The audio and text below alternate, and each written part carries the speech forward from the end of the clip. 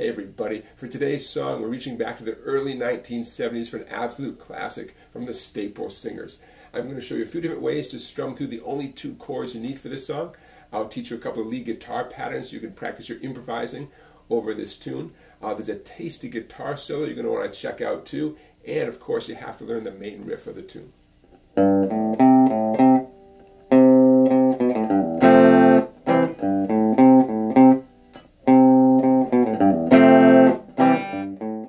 The main riff begins with your ring finger on the 6th string.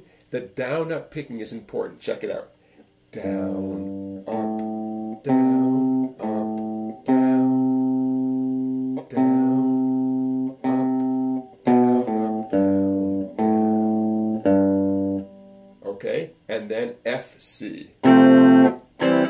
Now, you're going to need F a lot in this song. If you have any concerns about your ability to play an F chord, check out the description to this video. There's a link to a video I made called What the F? All sorts of tips and advice and options when it comes to playing an F chord. Okay? Now, let's get into the heart of the tune.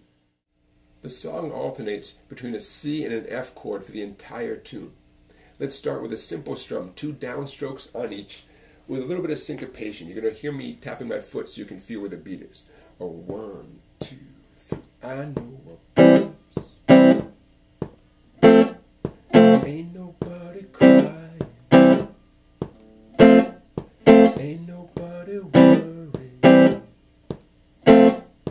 Ain't no smiling faces. Now let's give it a little more momentum by inserting some muted downstrokes in between those. It's going to sound like this. A 1, 2, 3. I know a place. Ain't nobody crying. Ain't nobody worried. So what we have now is an 8 downstroke pattern where the 1st and 4th are loud and all the others are being muted with the edge of my palm there. 1, 2, 3, 4, 5, 6, 7, 8.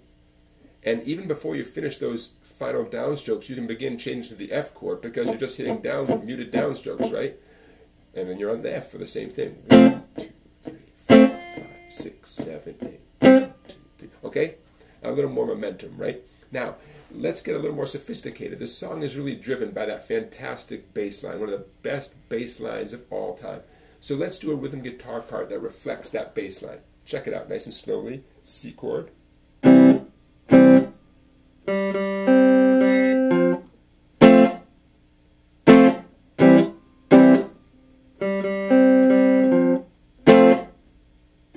So if I break it down for you, it's 2 downstrokes on the C major.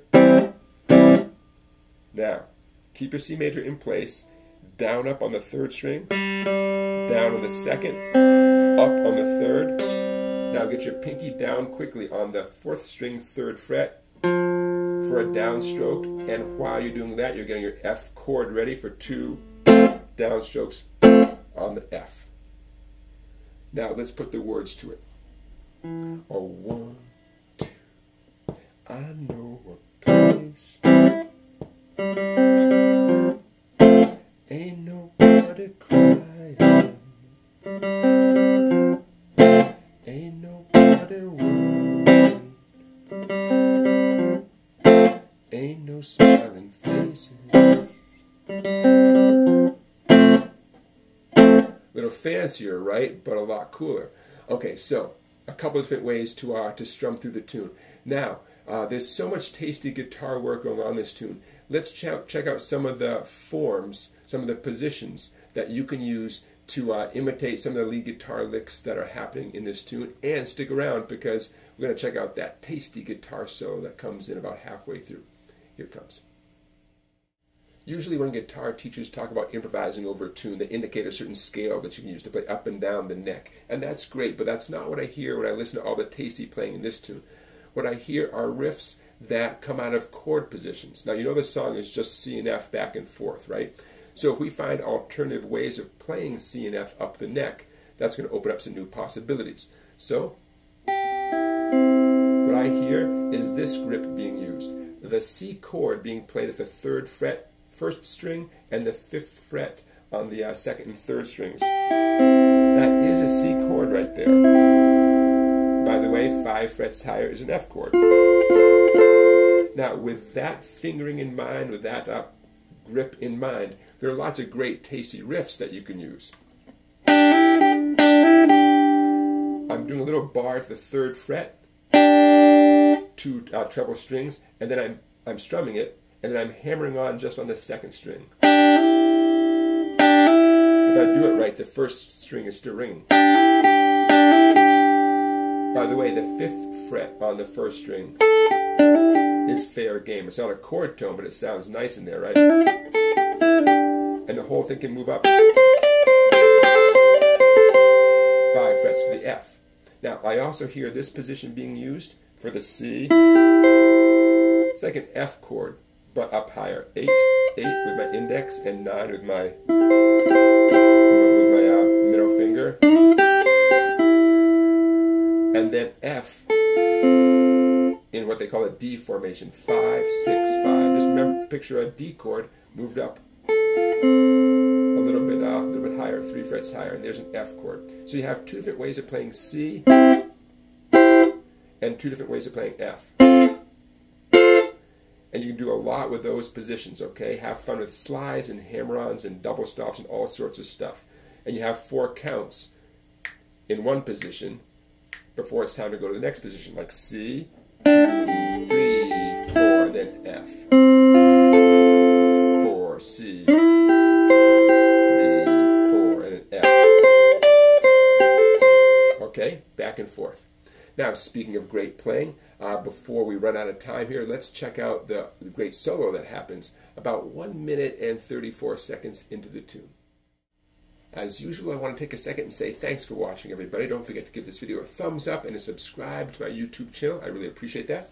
And please check out my website, Songbank, for videos you cannot find on YouTube. So, I'm going to walk you through the guitar solo here. Remember, though, the best thing you can do for yourself is to listen to the original recording a lot of times, okay, over and over again. That's where you pick up all the timing and all the subtlety, all the phrasing, all that good stuff, okay? So I'll play through the guitar solo for you once, then we'll break it down. 3, 4, 1.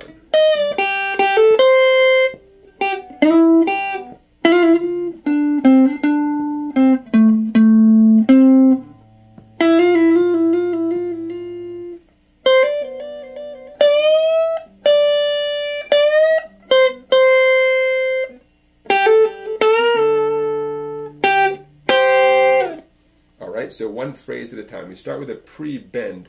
1st string, 3 fingers, 10, 9, and 8 right in a row.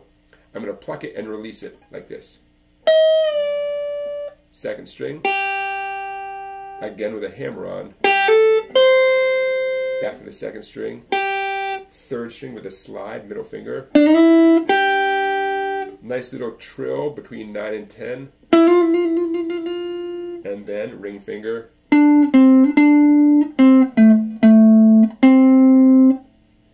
Kind of a wider trill like this. And the same concept on the 1st string. Here's that bend again. Back to regular 10th fret.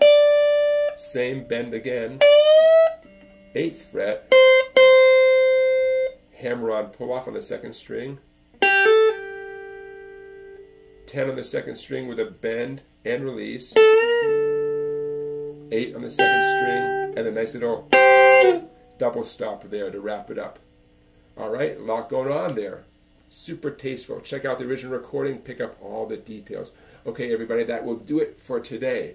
Thank you so much for watching. I love this tune so much. I'm glad we could spend some time with the Staple Singers today. And don't forget, tune in tomorrow for another classic song.